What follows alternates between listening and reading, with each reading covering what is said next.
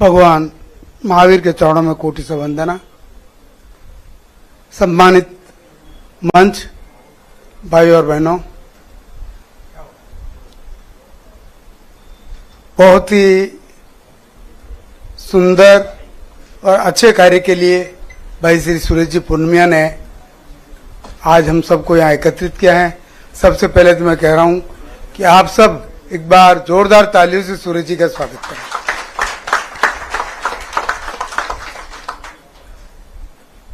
मैं जिन वक्ताओं ने जो बात कही उसको दोहराऊंगा नहीं, तो एक बात जरूर कहूंगा कि इस हॉल में जितने भी विराजमान हैं लगभग सभी व्यापारी हैं, व्यवसाय करने वाले आदमी हैं। और व्यापारी व्यापार करने के पहले ये सोचता है कि नफा किसमें है, मुनाफा किसमें है। बगैर मुनाफे का घाटे वाला काम अगर होगा वो कभी नहीं करेगा कि ये घाटे का काम मैं नहीं करूंगा। फिर भी हम लोग करने जब चलते हैं, जब जिस राह पर आगे बढ़ते हैं, हमको मालूम है इसमें हमारा घाटा है, फिर भी वो काम हम करने के लिए तैयार हो जाते हैं। मैं एक छोटा सा उदाहरण आपको देना चाहूंगा, एक छोटी सी बात आपसे पूछना चाहूंगा कि एक पिताजी के दो पुत्र थे और पिताजी इतने पैसे वाले थे कि उनके जमाने में उनसे बड़ा पैसे वाला कोई नहीं था। और दोनों पुत्र बड़े लायक थे, समझदार थे, दोनों के अच्छे पुत्र थे। पिताजी ने कहा अब आखिर काम तो किसी के जिम्मे देना पड़ेगा, कब तक मैं संभाल रहूंगा, मेरी उम्र भी 60 के ऊपर चली गई है। उन्होंने कहा किसके ऊपर भरोसा करूं दोनों में से। तो उन्होंने कहा एक काम करते इन दोनों की परीक्षा ले ले। जो महानुभाव आपस में बातें कर रहे हैं, मेरा उनसे निवेदन है कि थोड़े टाइम के लिए सुरेश जी के कारण आप शांत हो जाएं। तो पिताजी ने कहा इन दोनों की परीक्षा ले लेनी चाहिए और परीक्षा में जो उत्तीर्ण हो जाएगा उसको काम की जिम्मेदारी सौंप देंगे। पिताजी ने 2 कमरे उनके थे, उन दोनों कमरों में काफी कूड़ा करकट भर दिया और उन दोनों कमरों के बाहर कुछ अपने झाड़ू की जो तिलियां होती है, घास की तिलियां, वो और थोड़ी सुतली बाहर डाल दी और दोनों बेटों को बुला के बोला आपको एक टाइम दिया जा रहा है, इस टाइम के अंदर दोनों कमरे साफ करके देना है। बड़ा बेटा सूट में था, टाई लगी हुई थी, आया बोला झाड़ू कहाँ पिताजी, झाड़ू नहीं अंदर, कैसे करूं क्या करूं। बोलो ढूंढो, तुम्हारा काम है ढूंढने का, मैंने तुमको कमरा साफ करने के लिए टाइम दिया है, उसमें करके आना है। वो घूम फिर के इधर उधर घूम रहा है, वो जो कुछ घास पड़ी थी झाड़ू का साफ होता, वो लेके गया और करने का प्रयास करता है और वो बिखरता जाता है। जो कूड़ा था और ज्यादा कूड़ा हो गया, जो कचरा था और ज्यादा कचरा हो गया। दूसरा लड़का सूरज जी जैसे समझदार था, उसने कुछ घास में से उसमें से उठाई और उठाने के बाद में पास में सुतली पड़ी डोरी पड़ी हुई थी, वो डोरी से उसको बांध दी और बांध के उसमें से झाड़ू निकाल दिया। पूरा घर साफ करते। पिताजी ने बोला टाइम पे काम हो गया, बोला हो गया, खोलो ताले खोलो।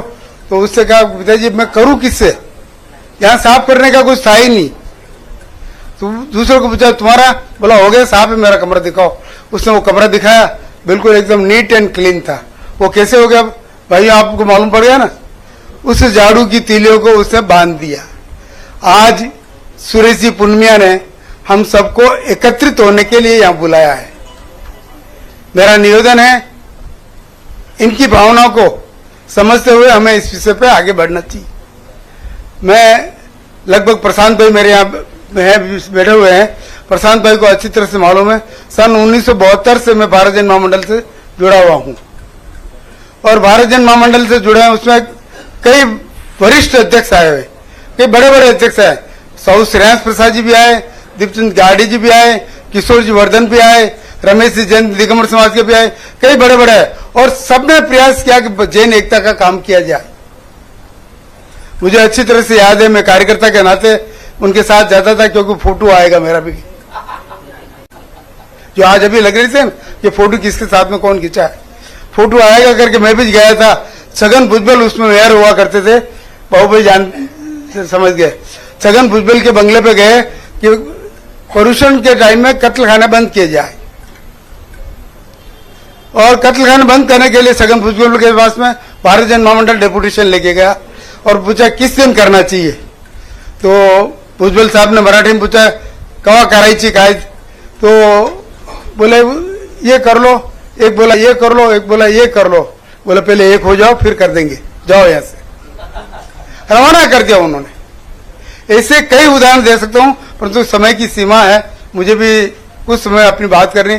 मैं तो एक ही बात कहता हूं कि एकता अगर हमारी हो गई तो विश्व में किसी की ताकत नहीं कि जैनों को कोई कहीं ठेस पहुंचा सके। आज किसी भी दृष्टि से आप देख लो, कहीं भी देख लो, कितनी भी संख्या से मत देखना, आप संख्या से देखोगे जैनों को तो एकदम न्यूनतम पाई जाएगी, परंतु अगर देखा जाए टैक्स पेयर में देखो जैन सबसे आगे, दानदाताओं में देखो जैन सबसे आगे, एजुकेशन के काम में देखो जैन सबसे आगे, मेडिकल के काम में देखो जैन सबसे आगे, परंतु हमारा कारण हम एक दूसरे से केकड़ा वृत्ति करते रहते हैं और उस केकड़ा वृत्ति के कारण हम हमेशा पीछे रह जाते। तो मेरा आप सबसे निवेदन है, सुरेश भाई ने जो काम आगे बढ़ाया है उस काम में हम सब सहयोग करें और सहयोग की भावना से आगे बढ़े। मैं तेरापन समाज से हूं और हमारे गुरुजी आचार्य श्री महासमण जी हैं, उन्होंने भी इस विषय को उठाया था।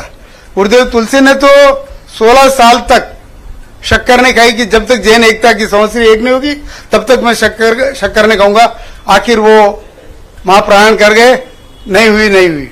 उसके बाद मैं आचार्य महासमण जी के पास में आया तो उन्होंने भी प्रयास किया, नहीं हुआ तो फिर उन्होंने डॉक्टर सी मुनि जी जो श्रवण संघ के आचार्य हैं उनसे बात करके कहा कि आप जिस दिन करोगे उस दिन हमारी तेरापंथियों की समस्या होगी और ये मैं 25 साल की गारंटी लिख के देता हूं। उन्होंने 25 साल के लिए डॉक्टर सी मुनि को श्रवण संघ की जब समस्या होगी उस दिन की समस्या करने का उन्होंने तय कर लिया। तो मेरा तो एक ही निवेदन है, सब बड़ी बड़ी हस्तियां विराजमान है, बड़े बड़े लोग विराजमान है, साधु भगवंतों से भी, आचार्य भगवंतों से भी हमें निवेदन करना चाहिए कि ये काम आप भी इसमें आगे हो जाओ, परंतु उसके पहले हमें झाड़ू की तरह एक दृष्टि में बंधना होगा तो जाके हम कर पाएंगे। मैं भाई सुरेश जी को बहुत बहुत साधुवाद धन्यवाद देना चाहता हूं कि उन्होंने ये प्रयास किया और वो कर रहे हैं। मुझे भी 2-3 बार इन्होंने फोन किया था किशन जी मिलना है, तो मैं भी क्या आचार्य जी के काम से कहीं बाहर ही था, नहीं मिल पाया और आज भी ऐसे सहयोग मिला कि नहीं मिलने का हो रहा था, परंतु इनके आग्रह को छोड़ नहीं सका। मैंने कहा एक बार जाना चाहिए अपने को, तो मैं आया, तो मुझे अच्छा लगा कि आप लोगों के दर्शन हो गए, सबसे मिलना हो गया। पुनः जय जिनेंद्र, जय हिंद। आप सबसे निवेदन करता हूं कि एक झाड़ू की तरह एक रस्सी में बन जाओ आप, तो जाके आप ये जैन एकता की बात कर पाएंगे। नहीं तो ये मेरा स्वागत नहीं हुआ, सूरज जी ने बुला लिया, मुझे तो माइक पे आगे बिठाया नहीं, 4 आदमी दूसरों को बिठाता, मैं क्या उनसे कोई कम हूं? तो हो गई अपनी एकता। जय जिनेंद्र। जिसो जैन एकता महाअभियान से आज ही जुड़ें। आगामी तीर्थंकर भगवान महावीर स्वामी जन्म कल्याणक दिवस को जैन एकता दिवस के रूप में मनाएं। अभूतपूर्व जैन एकता का प्रदर्शन करें। इस वीडियो को सभी जैन ग्रुप्स में अधिक से अधिक साझा करें और अखंड जैन समाज के निर्माण में सहभागी बने। धन्यवाद।